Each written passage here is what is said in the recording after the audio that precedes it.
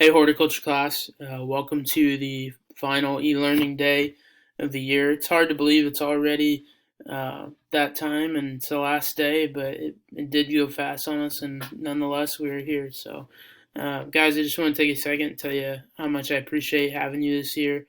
I hope you enjoyed it and learned a lot, had some fun. I miss you guys, and for those of you that I won't see for the rest of summer, I hope you take care and continue to work hard and reach out and stay in touch. For today, I'm asking you to do two things real quick. One, I want you to take a short, like 5 question quiz over the environmental factors that we talked about last time. Should be easy. And then when you're done with that, there's a course survey that's linked in the module. Please take a second and fill those out. I do read those and use the information for the survey from the surveys in future years. So if you would, please take a second and do those. Miss you guys. Hope you're all doing well, and I hope to see you all again very soon. See ya.